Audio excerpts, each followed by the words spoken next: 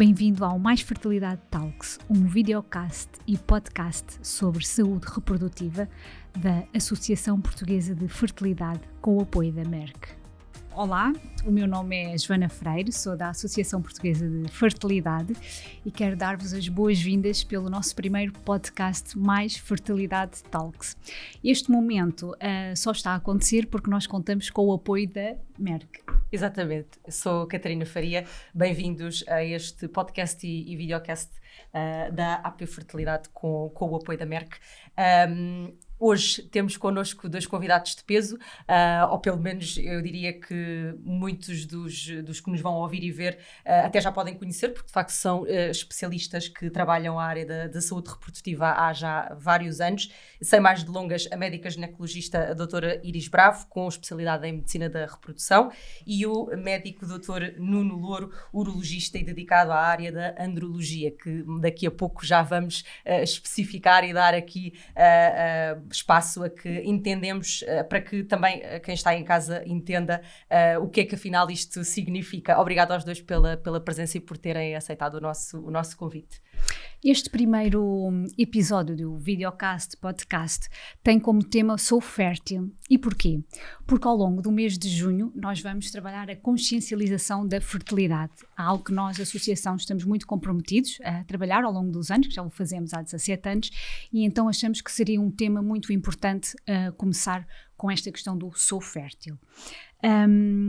A infertilidade é um tema, né, no qual nós já sabemos que começamos a pensar em certa altura da nossa vida, não é? Às vezes quando somos muito novas ainda não pensamos muito porque temos outras preocupações, não é? A questão da contracepção, não engravidar e afins, mas realmente chega ali a uma idade que nós começamos a sentir assim algo, o relógio biológico a despertar, e é quando então nós realmente começamos a pensar, será que eu vou conseguir engravidar? Será que eu sou fértil? Será que tenho algum problema de fertilidade? Então é aqui que se dá este clique. E passando do pensamento à prática, e se calhar lanço a pergunta para a doutora Iris, mas peço que de facto esta conversa seja como tínhamos planeado, de ser um momento descontraído e portanto complementem-se um ao outro sempre que assim achem necessário. E como estava a dizer, passando do pensamento à prática, o que é que devem afinal as mulheres fazer para conhecer a sua fertilidade, doutora Iris? Em primeiro lugar, muito obrigada pelo convite. Gosto muito de estar aqui convosco a falar sobre este tema tão importante e que me é muito querido. O que as mulheres devem fazer para saber se são férteis é relativamente simples, o que até me faz pensar porque é que não é feito com muito mais frequência. Ou seja, claro que há muitos exames que nós fazemos em contexto de infertilidade, quando uma mulher e um homem já estão a tentar ter relações há um ano e não conseguiram uma gravidez, e portanto aí também são exames que têm que ser feitos ao homem, mas em termos de, no fundo, aquela ideia de fertilidade, saber se existe, saber a reserva ovárica, que no fundo acaba por ser o fator limitador, um dos fatores limitadores de uma gravidez, é muito fácil.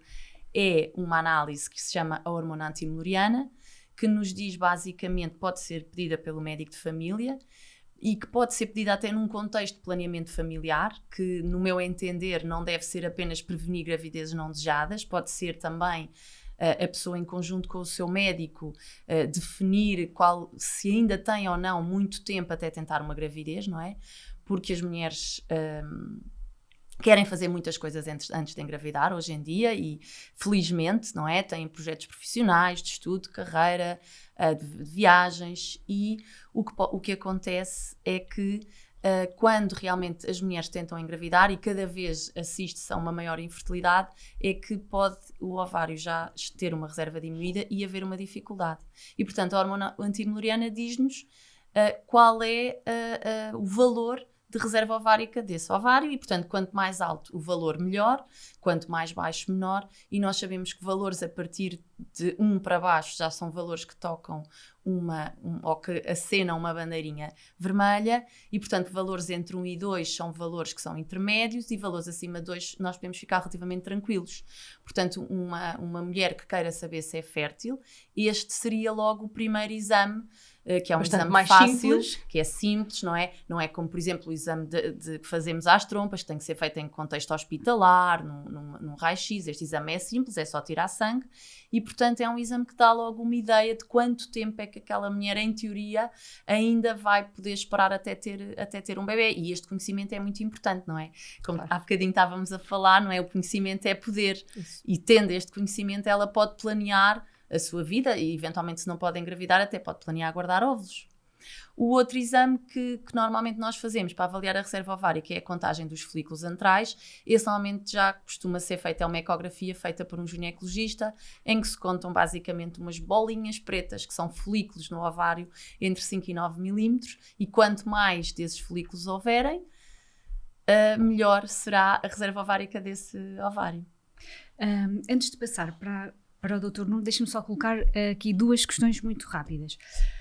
Considera que, a nível do planeamento familiar, que é disponível, não é, no nosso Sistema Nacional de Saúde, disponibiliza estas consultas de planeamento familiar, onde um dos objetivos é até a questão da pré-conceição, este deve ser a primeira abordagem quando um casal pensa em engravidar, é, por exemplo, recorrer a uma consulta de planeamento familiar e expor a sua situação de desejo de engravidar a um médico de família, e este médico passar essas análises, pode ser, digamos que aqui o primeiro passo, a primeira etapa.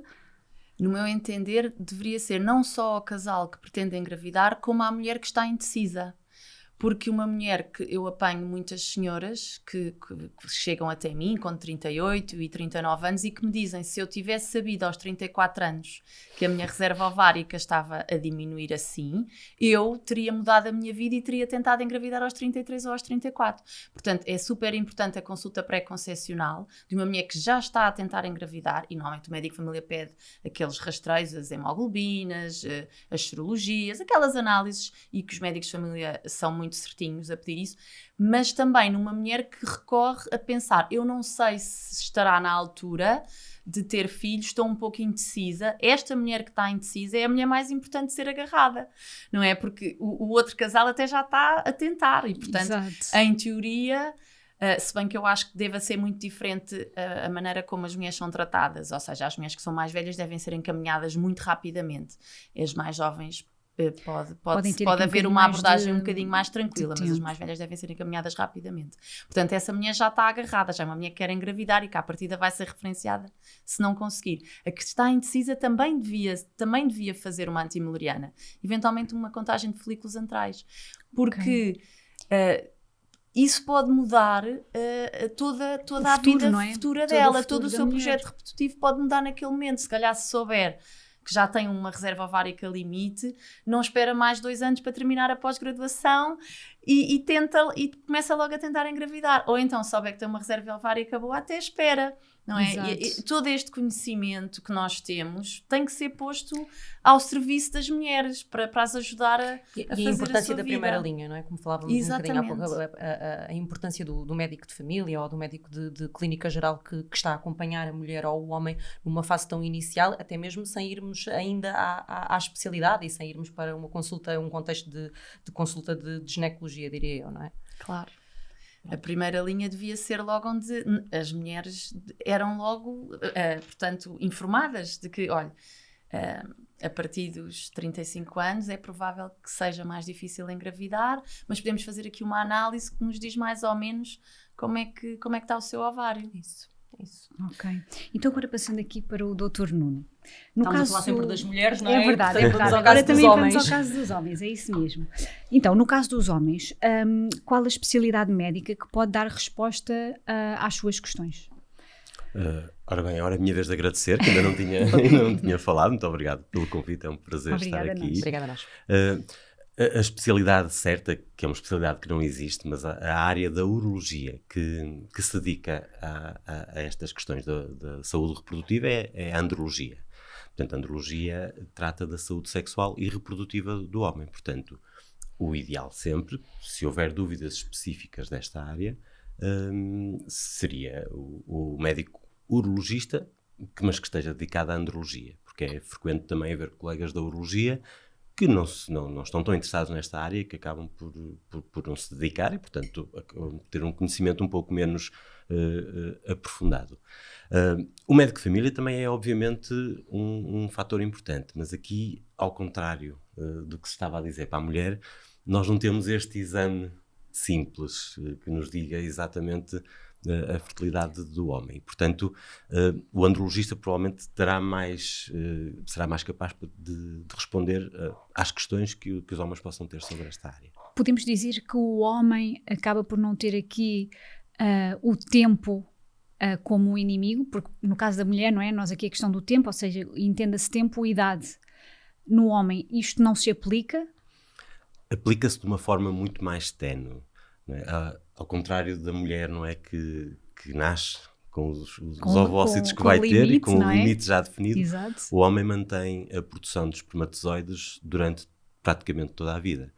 Vai havendo alguma diminuição a partir de certa idade, mas é uma diminuição muito lenta que, sobretudo nos primeiros anos, um homem de 40 anos em termos de fertilidade não tem comparação de fertilidade potencial em relação a uma mulher também saudável e sem outros problemas de 40 anos. Portanto, mesmo já havendo alguma diminuição da produção de espermatozoides, essa produção continua a ser na ordem dos dezenas de milhões por dia, não é? E, portanto, não tem esse impacto tão grande. Apesar de que uma coisa que sempre se pensou, que a idade do homem de facto tinha muito pouca importância na fertilidade em si, hoje em dia conhecemos algumas situações e sobretudo consequências para a descendência que têm também a ver com a idade paterna e não apenas com a idade materna, que sempre se falava que mães acima de determinada idade têm mais probabilidade de ter problemas na descendência. Hoje em dia também sabemos que a idade paterna também tem alguma influência em algumas situações clínicas, mas não tem este impacto tão grande na fertilidade em si, não é? Portanto, não temos o relógio biológico a dar o tic-tac de forma tão acentuada a partir de certa altura, não é? Portanto, sim, o homem é mais tranquilo este pensamento do timing, da altura certa para engravidar, mas um homem não faz crianças sozinho, não é? Exatamente. Portanto, o projeto Exato. de casal tem que contar com os dois fatores. Exato, e porque falamos precisamente desta diferença entre homens e mulheres,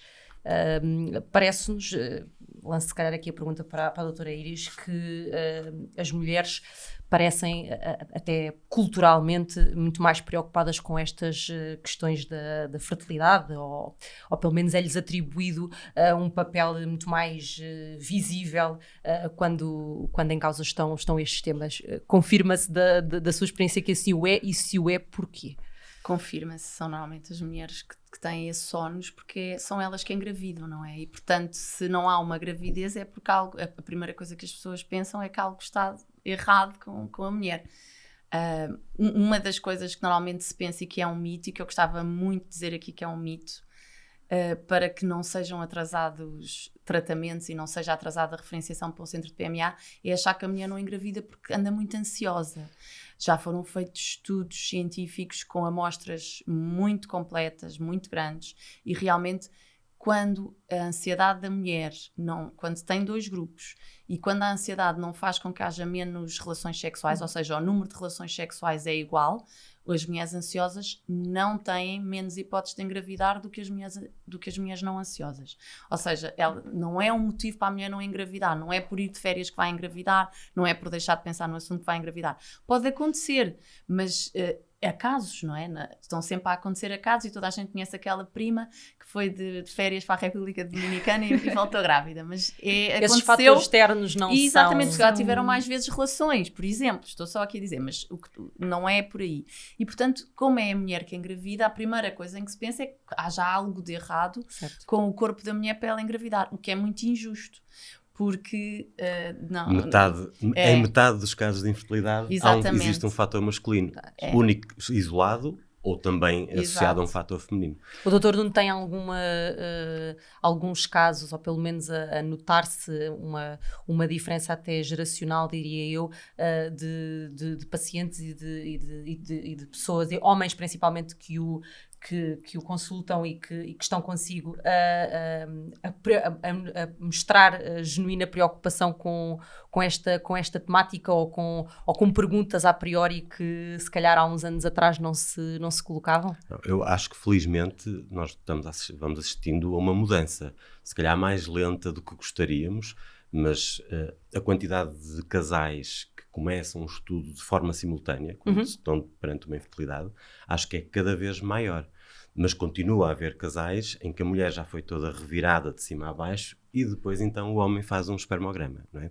Mas acho que, e dos anos que eu estou a trabalhar nesta área, já noto muita diferença da quantidade de casais em que o homem já vem com o espermograma feito, e que se nós fizermos, quando fazemos a história, percebemos que quando se começou este estudo da infertilidade, foi de imediato pedido o espermograma ao homem, portanto o homem começou também a ser investigado.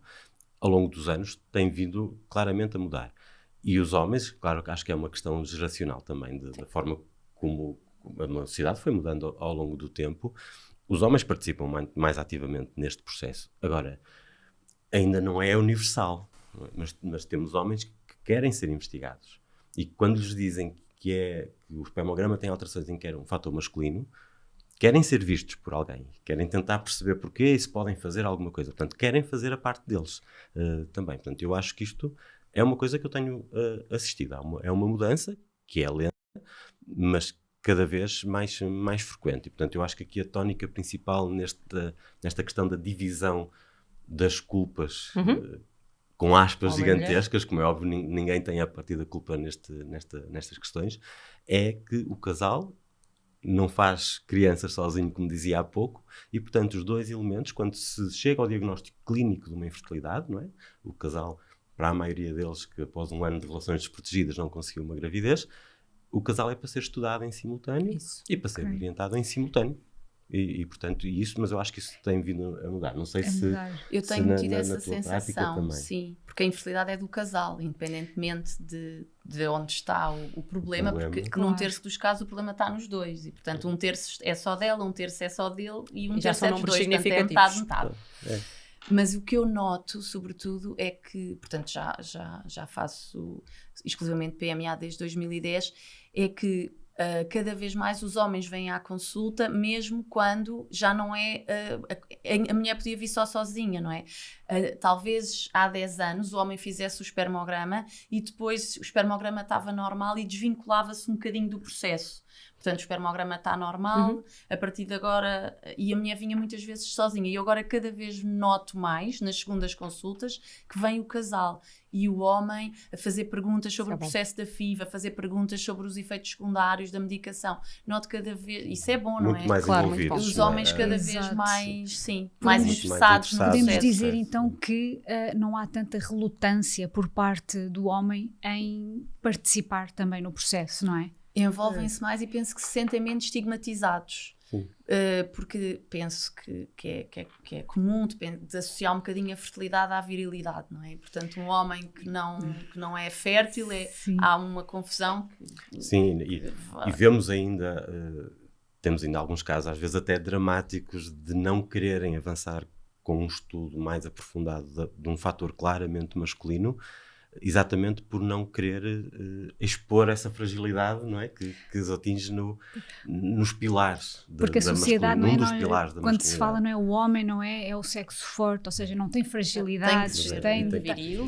Exatamente. Isso ainda se vê, se vê. Agora, é cada vez mais uma minoria. É cada vez mais uma minoria. Ainda bem. Não é? A maioria dos homens que nós vemos, dos casais que vemos, os homens estão a participar da mesma forma.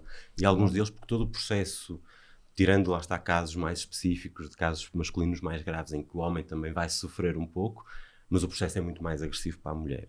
E nós vemos homens que claramente gostariam de vez em quando trocar com ela. Por exemplo, fazer um ciclo e fazer ela outro, se fosse possível. Pois, porque é duro, não é? Para o próprio companheiro também ver e até muitas vezes dizerem que o problema principal é dele e depois só vê... E ele o único contributo dele é ir para uma salinha, colher uma amostra e ver a companheira a passar por um processo para a mulher é mais duro, exigente. muito mais exigente. E nós vemos isso na consulta, alguns homens a dizer: eu não posso fazer nada, não posso, também é sempre à volta dela. E que é uma coisa que se calhar há 20 anos via-se muito menos, nem digo há 40. Claro, sim. Também não haveria as coisas que temos hoje para oferecer, mas que isso é bom, não é? Era uma forma completamente de homens se posicionar nestas questões que dizem respeito ao casal e que tem a ver com a forma como o homem também se vai posicionando de maneira diferente hoje em dia Em na várias sociedade. na sociedade, em várias Sim. questões. Não é? É uma E, evolução, portanto, um progresso, diria eu, Sim. e neste processo parece-me aqui também que a literacia em saúde que falávamos há pouco, antes de estarmos a gravar, tem aqui um papel fundamental, até porque de facto há uma mais-valia em conhecermos a fertilidade, e lanço a pergunta para os dois, do quão este conhecimento pode influenciar a reprodução e o sucesso dessa reprodução. De facto, a literacia em saúde, e nomeadamente neste tema, toma aqui proporções e uma preponderância muito, muito grande, ou não? Sim, eu acho que para as mulheres é importantíssimo terem uma noção realmente de que não é uma coisa que seja muito abordada normalmente nas consultas de rotina a que as mulheres vão. Raramente é abordado de que pode haver um declínio da função reprodutiva com a idade. E, portanto, o facto das mulheres saberem que existe esse declínio, que muito antes de chegar à menopausa pode ser muito difícil conseguir uma gravidez, pode-lhes permitir estratégias que podem ir desde antecipar uma gravidez até guardarem os seus óvulos. E outra coisa super importante também em termos de literacia em saúde é as mulheres saberem tudo o que têm à sua disposição. Por exemplo, as mulheres que vão ser sujeitas a tratamentos para o câncer da mama, linfomas, têm à sua disposição em todos os centros clínicos tratamentos para guardarem os seus óvulos antes de fazerem esses tratamentos. Portanto, caso o oncologista, nós temos feito muitas sessões juntamente com os oncologistas, mas, por exemplo, caso um oncologista, ao dar um diagnóstico e ao decidir iniciar uma quimioterapia, não diga à doente que ela pode, e para os homens igual, não é? Têm que guardar esperma, que ela pode guardar os seus óvulos antes de começar a quimioterapia, deve ser ela própria a questionar e a procurar. E depois todas as outras mulheres, não é? O tempo acaba por ter também um efeito deletério sobre os ovários, e sabendo que o tempo está a fazer os seus efeitos, e as mulheres tendo o conhecimento disso, podem sempre pedir análises, não é? Claro. Que lhes digam mais ou menos onde é que eu estou em termos de hormona antimileriana e reserva ovárica, e planear a sua vida e planear a sua família de acordo com isso, não é? Porque o planeamento familiar não pode ser só evitar as gravidezes, também tem que ser planear as gravidezes, não é? E tentar planeá-las de uma forma que não precisem talvez de fazer tratamentos, e que não precisam de recorrer a técnicas de procriação medicamente assistida. E caso precisem, quanto mais cedo for feita uma FIV, melhor o prognóstico. Portanto, uma mulher que tenha uma baixa reserva ovárica, fazer uma FIV 3 anos antes vai melhorar muito a probabilidade dela conseguir uma gravidez, porque vai conseguir mais óvulos, e quanto mais óvulos conseguir, maior a probabilidade de conseguir embriões. Portanto, o conhecimento é tudo. Estar atenta a essas diferentes fases. Claro. Diferentes fases da vida da mulher, diferentes fases da vida do homem. Claro, em termos do homem, que o tal conhecimento em saúde, eu acho que é sobretudo na parte dos fatores de risco para a infertilidade. Nós, como há pouco tinha só dado assim um lamiré, no homem não temos o exame como tínhamos a hormona antimileriana. Nós temos a hormona FSH, a hormona folículo-estimulante, tem alguma relação com o funcionamento do testículo, mas não tem absolutamente nenhum valor a partir do qual nós temos certezas ou não. E há homens, por exemplo, há homens que não têm espermatozoides, não produzem espermatozoides e têm essa tal hormona completamente normal. E outros com a hormona muito alta, que se faria sugerir um problema grave, e que, apesar de poderem ter uma baixa produção, vão ter produção. Portanto, não temos, essa hormona não nos dá muita informação. Poderíamos pensar aqui no espermograma, não é? Porque é o exame masculino, o gold standard, o principal exame para medir a fertilidade de um homem. Mas também o espermograma é uma má medida da fertilidade de um homem. Há homens que engravidam facilmente com espermogramas que teoricamente não são fantásticos, e há homens com espermogramas ótimos e que não conseguem engravidar. Portanto, eu não sou apologista de se fazer espermogramas cedo, a não ser que se tenha conhecimento de algum problema que possa ter impacto e que se queira, lá está, começar a prevenir, mas de uma forma eu chegar, como estávamos a falar na mulher, porque no homem não temos este problema do tempo, não é? E de tentar medir quanto tempo eu tenho para. A ideia de eu, aos 20 anos, fazer um espermograma só para ver como é que estou, Eu não concordo com isso, porque acho que vai trazer uma pressão, se houver alterações no espermograma, vai trazer alguma ansiedade, e até mesmo esta pessoa que pode até nem estar numa relação, a partir do momento em que sabe que pode ter algum problema de fertilidade, ou não, porque lá está, o espermograma pode, de acordo com aquilo que está nas regras, ficar com o rótulo de um espermograma anormal, e portanto de uma possível infertilidade, mas este homem pode vir a conseguir engravidar muito facilmente. E mesmo na forma como se relaciona, já tive isto até com base em algumas coisas que já passei na minha consulta, que é, quando é que eu agora tenho uma namorada? Em que altura é que eu lhe digo que se calhar sou infértil? Quando muitas vezes até nem é. Claro que se fez um espermograma e não tem espermatozoides, aí a coisa é diferente. Mas isso é uma percentagem muito pequenina. E acho que na maioria dos homens fazer um espermograma antes de estar sequer a pensar nessa questão, ou não havendo uma razão médica que justifique, acho que não faz muito sentido. Mas aqui o conhecimento do homem tem a ver com a parte que aí estava a falar também, de ter conhecimento de que se pode preservar a fertilidade quando vamos fazer algum tratamento que tenha impacto nessa fertilidade, e o conhecimento essencial de quais são os fatores de risco para eu ter problemas de fertilidade. O histórico familiar assaltou-me assim de repente aqui na sua, seguindo aqui o seu raciocínio, o histórico familiar tem aqui, pode ser uma dúvida de quem nos vai ver ou ouvir, o fator genético tem aqui alguma influência ou não? Pode ter. Se houver conhecimento na família de algumas situações genéticas que possam ter impacto na fertilidade, poderá fazer sentido fazer esse estudo a ver se essa pessoa tem também o problema e se vai ter problemas. Há algumas situações, por acaso, particulares que eu hoje em dia tenho conversa com alguns casais que estão no processo de infertilidade e em técnicas de reprodução assistida, que não se punham há uns tempos. Porque nós hoje em dia conseguimos que casais em que o homem produz pouquíssimos espermatozoides, uma parte deles vai conseguir ter filhos biológicos, que os pais deles não teriam conseguido, e portanto era um problema genético. Falava especificamente, por exemplo, do Klinefelter, das microdeleções. É uma situação genética em que falta uma perninha do cromossoma Y, e que todos os filhos rapazes vão ter aquele problema e vão ser inférteis. E que é uma situação que frequentemente, com a idade, ele pode, por exemplo, aos 18, 20 anos ainda produzir espermatozoides e aos 40 já não produzir. Por exemplo, hoje em dia tenho uma conversa que é um bocadinho estranha, que é, vocês agora estão neste processo, se tiverem...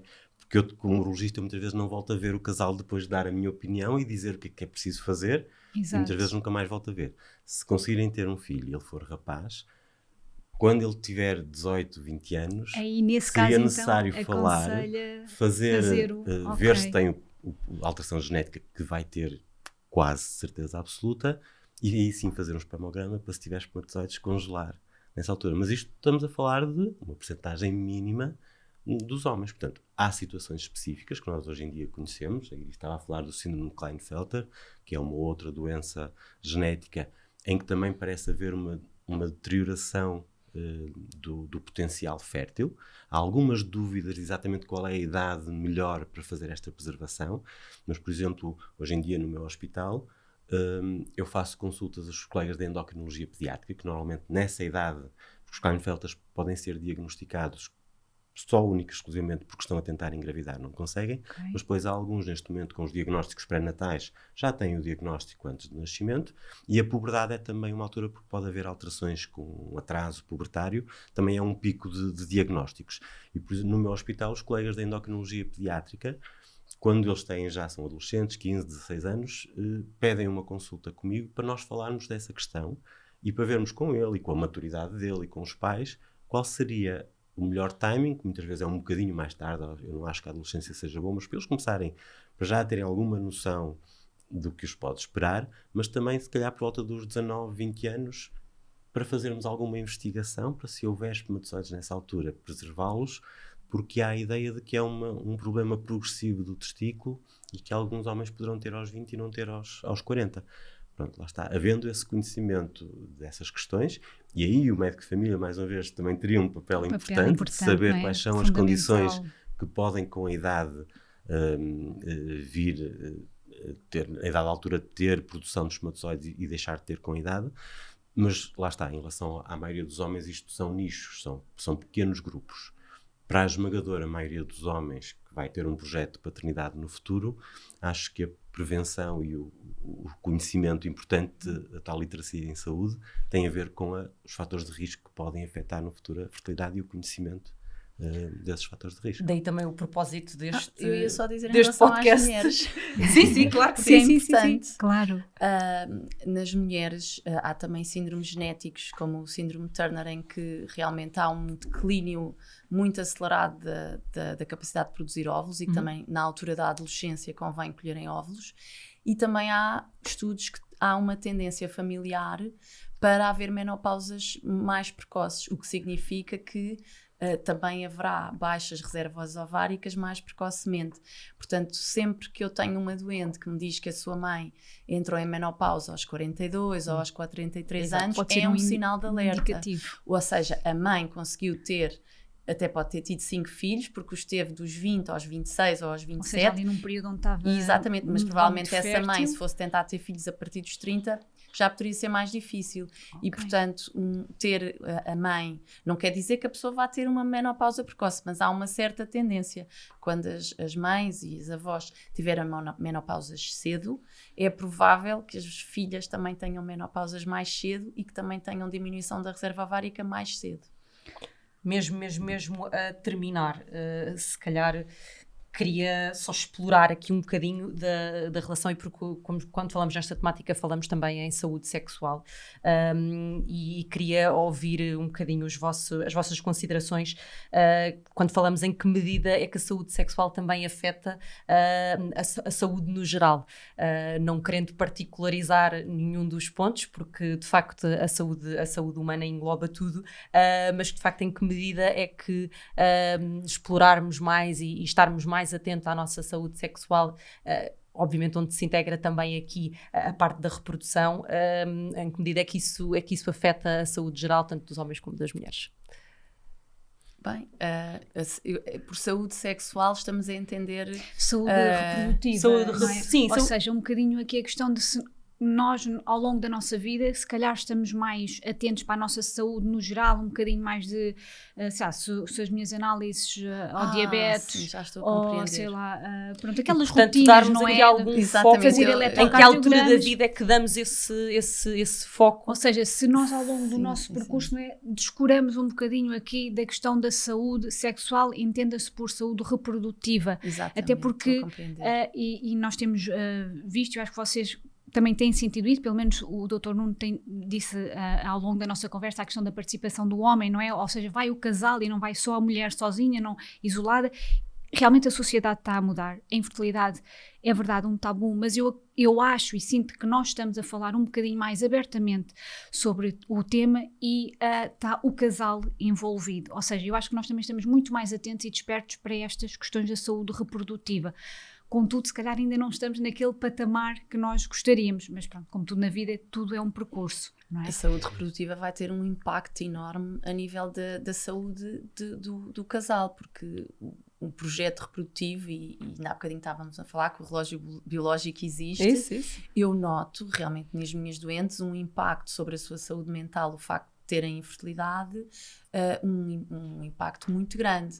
E de facto a saúde reprodutiva, o ter um projeto reprodutivo e não o conseguir concretizar, vai afetar todas as vertentes da vida daquele casal, não é? O facto daquele casal depois ter de saber lidar com ter que fazer um tratamento, normalmente toda a gente imagina, quando começa uma relação e pensa em ter filhos, que vão engravidar a fazer amor, não é? Não imaginam que vão ter que fazer 20 injeções, uma cirurgia, depois uma transferência de embriões, mais várias análises, várias idas ao médico. Não é o que se idealiza, não é? E, portanto, o facto de haver aqui algo não é desleixo, mas pensar um bocadinho menos na saúde reprodutiva pode depois ter muito impacto. E a saúde reprodutiva, mesmo quando funciona, ou seja, mesmo quando existe um sucesso, pode haver ainda muita ansiedade que fica naquele casal, e é preciso sempre o casal ir arrumando muito bem as ideias e todo o desconforto que foi gerado durante os tratamentos.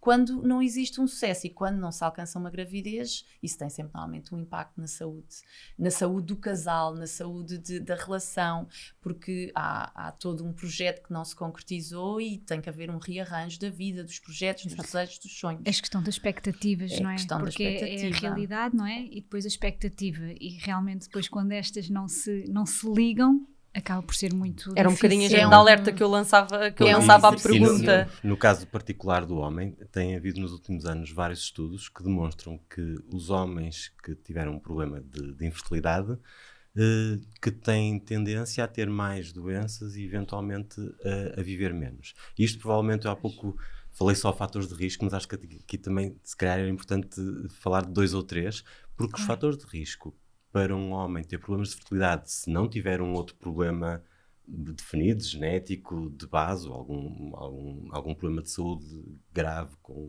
quimioterapia, coisas assim bem definidas, mas no homem em geral, são os mesmos fatores de risco para imensas doenças. Portanto, aquilo que todos nós pensamos num estilo de vida saudável, com uma alimentação saudável, algum exercício físico, manter um peso ideal, não consumir, não fumar, não consumir drogas, ter cuidado com as cenas que se fazem nos ginásios, não é? Que destroem o nosso eixo, que aqui em faixas etárias jovens é uma coisa muito frequente e que as pessoas nunca pensam no futuro e nas consequências futuras. Todos estes fatores de risco que eu estava a falar são os mesmos fatores de risco das doenças metabólicas, a diabetes, as doenças cardiovasculares, que são uma das principais causas de morte.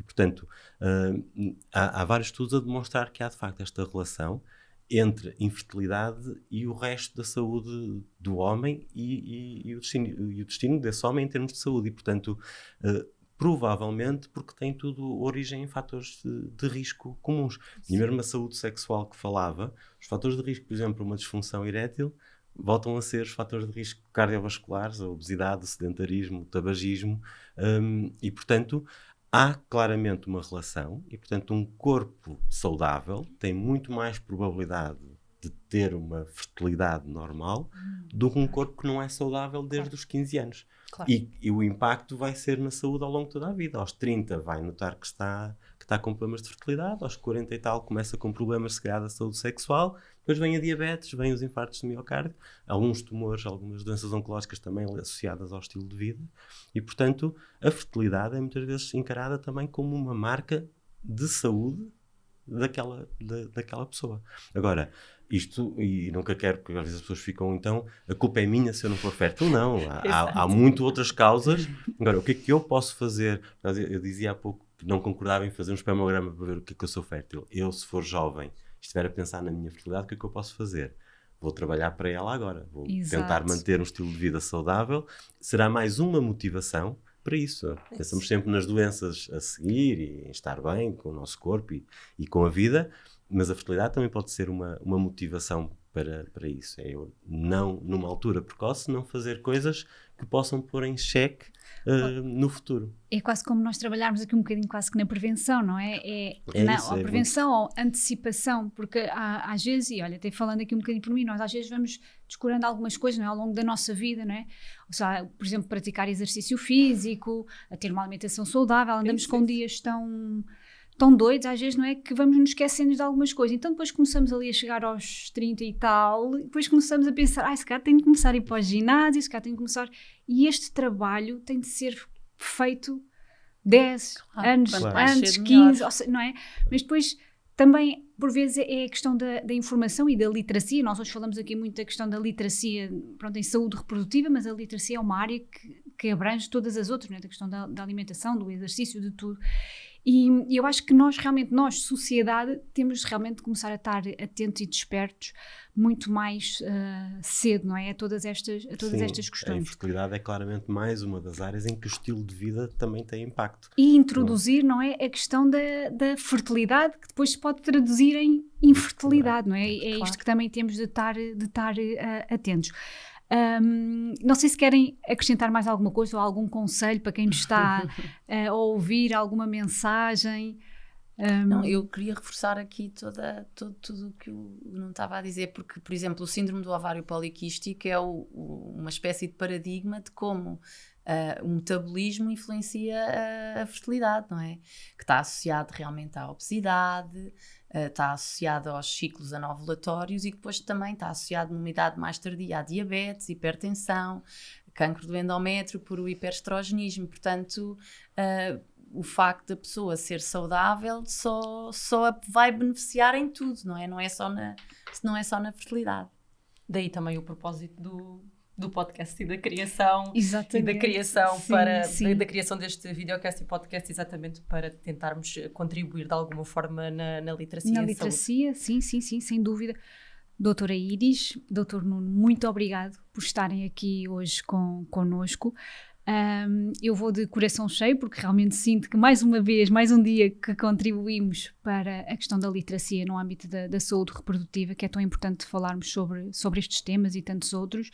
Mas, mais uma vez, muito obrigada pela vossa presença. Obrigada a ambos, porque de certeza aguçaram a curiosidade de muitos daqueles que nos vão ouvir e ver, e precisamente para esses ouvintes e espectadores com questões ou curiosidades aguçadas sobre esta temática, incentivamos também a que pesquisem mais e visitem o site da apfertilidade.org e naturalmente vejam e revejam este podcast e videocast nas plataformas disponíveis, deixando também as vossas questões. Esperemos ter-vos desse lado no próximo episódio.